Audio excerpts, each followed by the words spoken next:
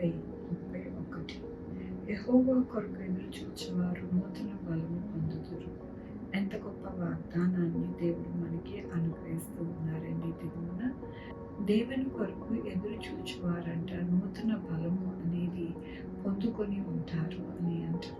మన జీవితాలలో ఎల్లప్పుడూ కూడా ఆయన వైపు చూసేది ఎందుకు అంటే మన యొక్క జీవితాలు ఎల్లప్పుడూ ప్రతిదినం నూతనముగా ఉండాలి.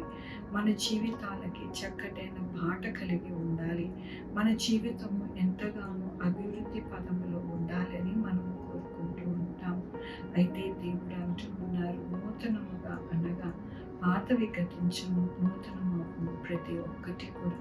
అందుకోసమని మనము మన యొక్క జీవితాలలో నిరుత్సాహము, మరి ఎంతో చింత, ఎంతో భయము, దిగులు లేకుండా మనం ఉండాలని దేవుడు చెప్తూ ఉన్నారు. దినమున దేవుని యొక్క వాక్యంలోని వారు పక్షిరాజు వలె రెక్కలు చాపి పైకి ఎగుదురు, అలయక పరిగెత్తుదురు, సొమ్మసిల్లక నడిచిపోదురు, జనులారా నూతన బలము పొందుడి. అవునండి, దేవుడు ఏమని సెలవిస్తూ ఉన్నారంటే వారు పక్షిరాజు మరి ఎలాగైతే పైకి ఎగురుతారో అలాగే ఎగురుతారు, వారు సొమ్మసిల్లక నడిచిపోతారు.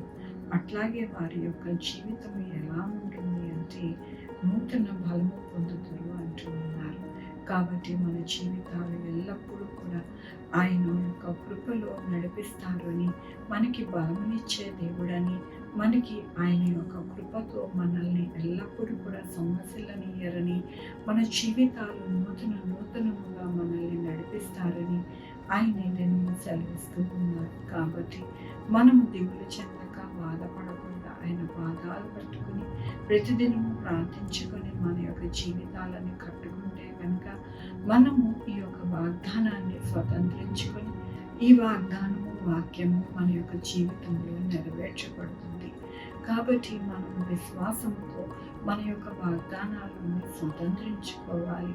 మన వాగ్దానాలను విడిచిపెట్టక మనము ఎల్లప్పుడూ కూడా విశ్వాసంతో దేవుడిచ్చిన మాటకి మనము విశ్వాసంతో స్వతంత్రించుకుంటే కనుక మన యొక్క బిడ్డలు, మనము మన యొక్క జీవితాలు చక్కగా మరి నూతనముగా బలముతో, శక్తితో మనము ఉంటామని, అభివృద్ధి పదములో ఉంటామని, చక్కటైన దీవెనకరమైన అనగా ఐశ్వర్యముతోనూ మనము ఉంటామని దేవుడి దినమున సెలవిస్తూ ఉన్నారు. కాబట్టి మనమందరం కూడా ఆయన యొక్క కృపలో మనము దాగి ఉండి ఆయన కృపను పొందుకోవాలని ఈ దినమున ఆయన మనల్ని బలపరుస్తూ ఉన్నందుకు దేవునికి వందనాలు చెల్లిస్తూ ఉన్నారు. ఈ దినమున పుట్టినరోజు, పెళ్లి రోజు, అనేక శుభదినములు చేసుకుంటున్నారు. అందరికీ కూడా నిండారుగా శుభాకాంక్షలు తెలియజేస్తూ ఉన్నానండి. మీ జీవితంలో దేవుని యొక్క కృప, ఆయన దీవెన, ఆయన ఐశ్వర్యము, ఆయన బహుమానము మీకు కలుగును కాక. ప్రార్థించుకుందామండి.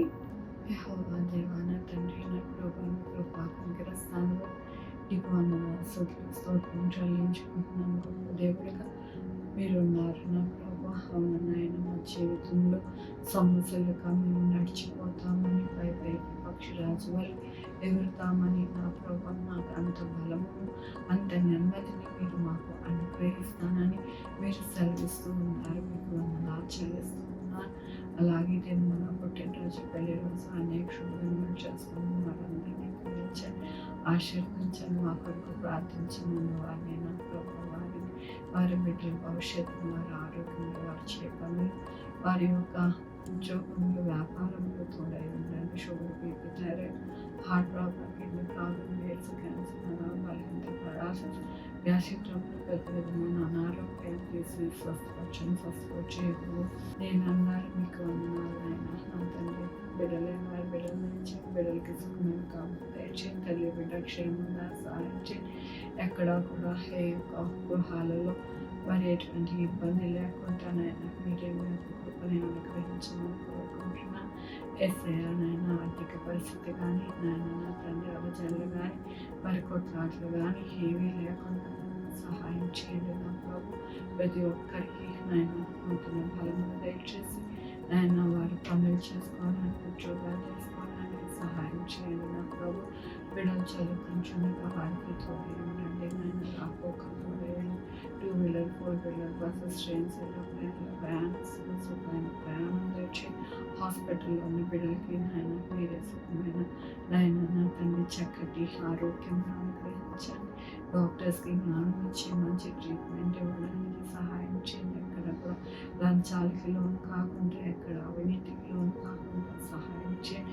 మీ కృప ప్రతి ఒక్కరికి తోడై ఉండి నడిపించమని కోరుకుంటున్నా ప్రభు నా రక్షణ యేసుక్రీస్తు పరిశుద్ధమైన నామమున అడిగి వేడుకుంటున్నాను తండ్రి. ఆమె తండ్రి కుమార పరిశుద్ధాత్మ సదాకాలము మనందరికీ తోడై ఉండను గాక. ఆమె. God bless you.